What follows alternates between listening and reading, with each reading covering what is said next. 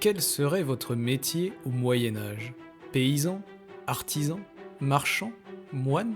Chevalier? Ou auriez-vous la chance de naître au sein de la noblesse? C'est ce que nous allons découvrir dans cette vidéo. Le jour se lève, le chant du coq résonne. Mais quelle heure est-il? Vous essayez d'attraper votre téléphone portable pour regarder vos notifications, mais c'est impossible, car nous sommes au Moyen-Âge, et aucun appareil électronique ne peut vous accompagner dans cette tâche si difficile qu'est de se réveiller le matin. Vous ne pouvez pas vous faire un café en regardant la télé ou en écoutant la radio. À vrai dire, il est fort probable que vous ne sachiez même pas lire. Tout d'abord, il faut savoir que l'on estime qu'entre 80 et 90% des gens étaient des paysans. Ainsi, il y a de fortes chances pour que vous en fassiez partie.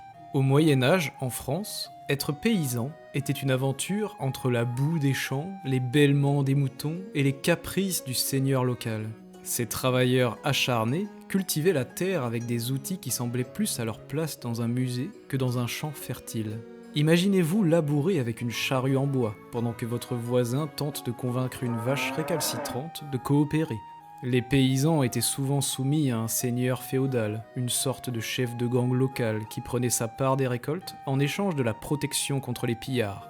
C'était un peu comme payer une assurance, mais au lieu d'une police, vous aviez un chevalier en armure qui traînait dans le coin, prêt à brandir son épée pour défendre son dû. Les saisons dictaient le rythme de vie des paysans. Les printemps étaient consacrés à semer les graines avec l'espoir que le voisin n'avait pas jeté un sort de malchance sur vos cultures. L'été était le temps de la transpiration excessive pendant la moisson, où les paysans essayaient de ne pas se tromper en pensant que leurs fourches étaient des armes de guerre. L'automne était la période des réjouissances, car les paysans récoltaient les fruits de leur labeur et les stockaient pour l'hiver, espérant que le seigneur n'aurait pas une fringale soudaine. Être paysan, c'était aussi participer à une grande fête de la diversité biologique. Les animaux de la ferme coexistaient avec les insectes, les rats et probablement quelques trolls médiévaux. En fin de compte, les paysans étaient les véritables héros méconnus de l'époque, bravant les intempéries, les impôts et les seigneurs avides, tout en réussissant à faire pousser quelque chose de comestible dans des conditions difficiles. Mais si vous n'aviez pas été paysan, alors vous auriez peut-être été artisan. En effet, il est estimé que 5 à 10% de la population en faisait partie. Ah, l'artisanat au Moyen-Âge en France. Un mélange exquis de compétences manuelles, de sueur et de probablement quelques jurons créatifs. Être artisan à cette époque, c'était comme être le créateur original avant que la production de masse ne prenne le relais. Si vous aviez le talent et l'audace nécessaires, vous pouviez être la rockstar de la fabrication artisanale médiévale. Les artisans étaient des virtuoses de leur métier, que ce soit dans la forge, la poterie, la tapisserie ou la fabrication de chaussures. Les ateliers ressemblaient à des laboratoires alchimiques, avec des chaudrons bouillonnants, des outils étranges et l'odeur persistante du cuir et de la sueur, créant une ambiance qui aurait probablement fait fuir un chat. L'apprentissage était une affaire sérieuse. Imaginez-vous, jeune apprenti, vous essayant de manier un marteau sous le regard critique du maître qui avait probablement forgé l'épée du seigneur local juste avant de vous apprendre à ne pas vous frapper le pouce. Les erreurs étaient monnaie courante, mais c'était le prix à payer pour devenir le Picasso des forges médiévales. Les artisans étaient également des hommes multitâches, jonglant avec leurs compétences tout en essayant de ne pas se faire écraser par le poids des commandes. La demande était forte, que ce soit pour des épées flamboyantes, des tapisseries illustrant les exploits du seigneur local, ou des chaussures dignes d'un défilé de mode médiéval. Être artisan signifiait également être un entrepreneur avant l'heure. Il fallait vendre ses créations sur le marché local en essayant de rivaliser avec les autres artisans sans se faire escroquer par les marchands véreux. C'était un jeu délicat, mais ceux qui savaient manier le ciseau et l'esprit d'affaires étaient les véritables rois du Moyen-Âge, prêts à laisser leur empreinte dans l'histoire artisanale avec une touche de génie. Mais alors, si vous n'étiez ni artisan, ni paysan, que seriez-vous ? Eh bien, vous auriez peut-être fait partie du clergé, qui représentait environ 1 à 5% de la population, selon les estimations. Être membre du clergé au Moyen-Âge en France, c'était comme jouer dans une pièce de théâtre divine, avec des costumes extravagants, des sermons enflammés, et une dose quotidienne de mysticisme. Les moines et les prêtres étaient les représentants spirituels de l'époque, avec leurs tons graves et leurs robes qui faisaient des envieux même parmi les rois. Les moines, ces maîtres de la méditation et du travail manuel, vivaient dans des monastères ressemblant à des retraites spirituelles, à condition que vous ayez un penchant pour les chants grégoriens. Ils s'adonnaient à la prière, la copie de manuscrits et au brassage de bière, car rien n'inspire la spiritualité comme une bonne pinte artisanale médiévale. Les prêtres, en revanche, étaient les intermédiaires entre le divin et le commun des mortels. Imaginez-vous en train de donner des sermons passionnés à une congrégation où certains essaient probablement de passer inaperçus en pensant à leur prochain repas. Le prêtre était également le maître de cérémonie lors des mariages, des baptêmes et des enterrements, apportant une touche de spiritualité à ces événements majeurs. Le clergé était également un acteur politique de premier plan. Les évêques et les abbés pouvaient rivaliser avec les nobles pour le pouvoir et l'influence, tout en gardant leur foi intacte, ou du moins en essayant. C'est un équilibre délicat entre spiritualité et politique, avec probablement quelques prières supplémentaires pour éviter les complots de cour. Cependant, tout n'était pas toujours aussi sacré qu'il n'y paraissait. Les scandales dans le clergé médiéval étaient aussi courants que les chansons paillardes dans une taverne. Les péchés et les intrigues étaient monnaie courante, rappelant aux fidèles que même ceux qui portent des robes peuvent avoir des péchés cachés. En fin de compte, faire partie du clergé au Moyen-Âge en France était un mélange unique de sainteté, de pouvoir et de drame. Mais alors, si tous ces métiers ne vous correspondent pas, peut-être que vous auriez eu le sens du commerce et de la négociation, ce qui vous aurait peut-être donné l'opportunité d'être un marchand. On estime qu'1 à 3% de la population en était. Être marchand au Moyen-Âge en France était comme jouer aux échecs, avec des pièces de monnaie et des caravanes au lieu de pions. Ces entrepreneurs intrépides étaient les maîtres de la négociation, naviguant entre les caprices des seigneurs, les brigands des routes et les humeurs changeantes du marché médiéval. Les marchands étaient les globe-trotteurs de l'époque, parcourant des distances qui feraient pâlir d'envie les amateurs de trekking contemporains. Chargés de leurs précieuses marchandises, ils voyageaient sur des routes pleines de boue, de ronces, et probablement de quelques gobelins cherchant à taxer leur butin. Les foires médiévales étaient les terrains de jeu des marchands, où ils se livraient à une danse complexe de marchandage et d'art dramatique. Imaginez-vous, marchand médiéval, essayant de vendre une tapisserie flamboyante à un seigneur qui n'avait Dieu que pour les épées étincelantes. C'était un spectacle où les monnaies tintinabulaient et où les arguments de vente étaient souvent plus acérés que l'épée du chevalier local. La concurrence était féroce, et la rumeur de marchandage plus avantageux chez le voisin se propageait plus rapidement que les nouvelles de la cour royale. Être un marchand prospère signifiait jongler avec des marchandises exotiques, des langues étrangères, et probablement quelques connaissances en alchimie pour équilibrer les livres. Néanmoins, la vie de marchand n'était pas sans ses défis.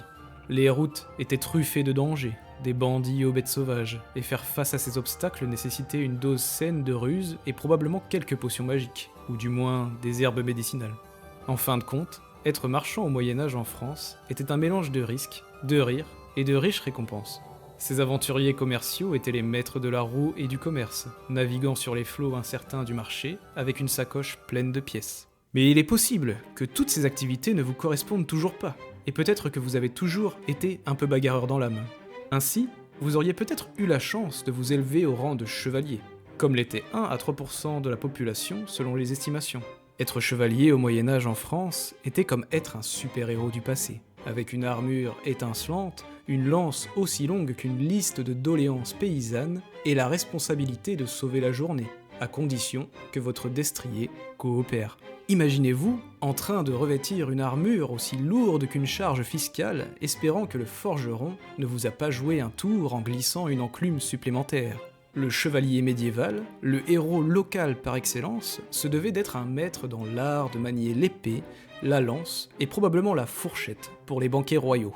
Le code de chevalerie, cet ensemble de règles élégantes pour être un héros à temps plein, incluait des notions de bravoure, d'honneur et de joute courtoise. Bien sûr, il fallait aussi savoir réciter de la poésie, car quoi de mieux pour impressionner une dame que des vers enflammés après une bataille. Les tournois étaient les arènes où les chevaliers pouvaient montrer leur prouesse martiale et leur style impeccable. C'était un peu comme les Jeux Olympiques, mais avec plus d'acier, de boucliers et probablement des compétitions de coiffure pour les crinières des chevaux. Cependant, la vie de chevalier n'était pas uniquement faite de tournois et de baisers de princesses. Il y avait aussi des journées de labeur, comme sauver des villages des brigands ou participer à des campagnes militaires où l'odeur du cuir bouilli rivalisait avec celle de la sueur et du sang. Être adoubé chevalier était un peu comme obtenir son diplôme universitaire, mais au lieu d'une toge, vous receviez une épée et un titre de noblesse. C'était l'entrée dans une fraternité sélecte, où les serments de loyauté et de défense du faible étaient aussi importants que savoir manœuvrer une lance à dos de destrier. En fin de compte, être chevalier au Moyen-Âge en France était un mélange de courage, d'élégance et probablement d'un peu trop de métal. Ces champions médiévaux étaient les stars du spectacle chevaleresque, avec un sens aigu de la justice, du moins tant que le vent n'emportait pas leur plume de paon pendant la rédaction poétique. Mais alors, peut-être que vous vous considérez comme l'élite, et dans ce cas, quelle aurait été la probabilité que vous soyez né au sein de la noblesse ? Eh bien, il est estimé qu'environ 1 à 3% de la population étaient des membres de familles nobles. Être noble signifiait bien plus que de porter une couronne de fausse modestie. C'était un engagement envers le chic vestimentaire, des atouts scintillants et probablement des coiffures qui défiaient les lois de la physique. Imaginez-vous, noble en herbe, essayant de monter un cheval, dans une armure étincelante, tout en évitant de trébucher sur votre manteau brodé, une véritable chorégraphie médiévale. Le château était la demeure du noble, une forteresse majestueuse qui criait « Je suis riche, puissant, et j'ai probablement plus de chambres que d'amis ». Les fêtes étaient les moments forts de la vie noble, où les musiciens jouaient, les jongleurs divertissaient et les invités rivalisaient pour la plus belle toilette. Tout cela pendant que les paysans travaillaient dur pour que ces festivités soient possibles. Les mariages étaient des affaires sérieuses, plus proches d'alliances stratégiques que d'amour romantique. Les parents choisissaient souvent les partenaires, et la dot était négociée avec la même précision qu'un accord commercial. Les nobles étaient souvent de fins diplomates, jonglant entre les alliances matrimoniales, les trahisons potentielles et les invitations au bal masqué. Bien sûr, la politique était un sport à part entière. Les cours royales ressemblaient à des arènes où les nobles rivalisaient pour la faveur du souverain, avec des intrigues dignes d'une série télévisée médiévale. Les alliances pouvaient être aussi fragiles que le vernis d'une armure mal entretenue, et les ennemis étaient souvent plus proches qu'un confesseur pendant une messe. Le quotidien d'un noble était une danse complexe entre les obligations et les plaisirs. La chasse était une activité populaire, où les nobles se transformaient en chasseurs intrépides, armés de lances et de chiens aussi féroces que les créatures légendaires qu'ils chassaient. Les tournois étaient également des divertissements courants, avec des joutes spectaculaires et des compétitions de chevalerie qui mettaient à l'épreuve la bravoure autant que la solidité des sangles. Bien sûr, la gestion des terres et des sujets n'était pas toujours une partie de plaisir. Les nobles devaient s'assurer que leur domaine était bien administré, tout en jonglant avec les taxes, les récoltes décevantes et les querelles de voisinage. Gérer un fief était un peu comme jouer à SimCity, mais avec plus de boue et moins de boutiques de souvenirs. La vie de noble avait également ses revers. Les rivalités familiales pouvaient éclater en conflits ouverts avec des batailles de succession dignes des meilleures tragédies shakespeariennes. Les trahisons étaient monnaie courante, et l'exil ou la déchéance étaient toujours des menaces suspendues au-dessus des têtes couronnées. En fin de compte, être noble au Moyen-Âge en France était un équilibre délicat entre le faste et les tracas, entre la grandeur et les rivalités mesquines. Il y avait des intrigues de cour, des banquets fastueux et des cheveux qui démentaient toute logique capillaire. Voilà la noblesse, là où les titres étaient longs, les manœuvres politiques complexes et le destin parfois plus tranchant que l'épée du chevalier local. Ainsi, vous voilà donc confronté à une estimation de ce que serait votre métier au Moyen-Âge. N'êtes-vous pas satisfait ? Je vous rassure, au Moyen-Âge, en France, l'espérance de vie était généralement courte, souvent inférieure à 40 ans. Les conditions de vie difficiles, les maladies, les guerres et la malnutrition contribuaient à une mortalité élevée à tous les âges. Donc même si vous n'aimiez pas votre emploi, vous n'auriez pas eu besoin d'attendre 64 ans au plus pour arrêter. Chouette. Et vous, quel est votre avis ? Partagez-le dans les commentaires. N'oubliez pas de liker cette vidéo et de vous abonner pour plus de récits captivants et terrifiants. Vous pouvez également soutenir la chaîne en devenant membre en cliquant sur le bouton rejoindre. Merci de m'avoir rejoint aujourd'hui et à bientôt.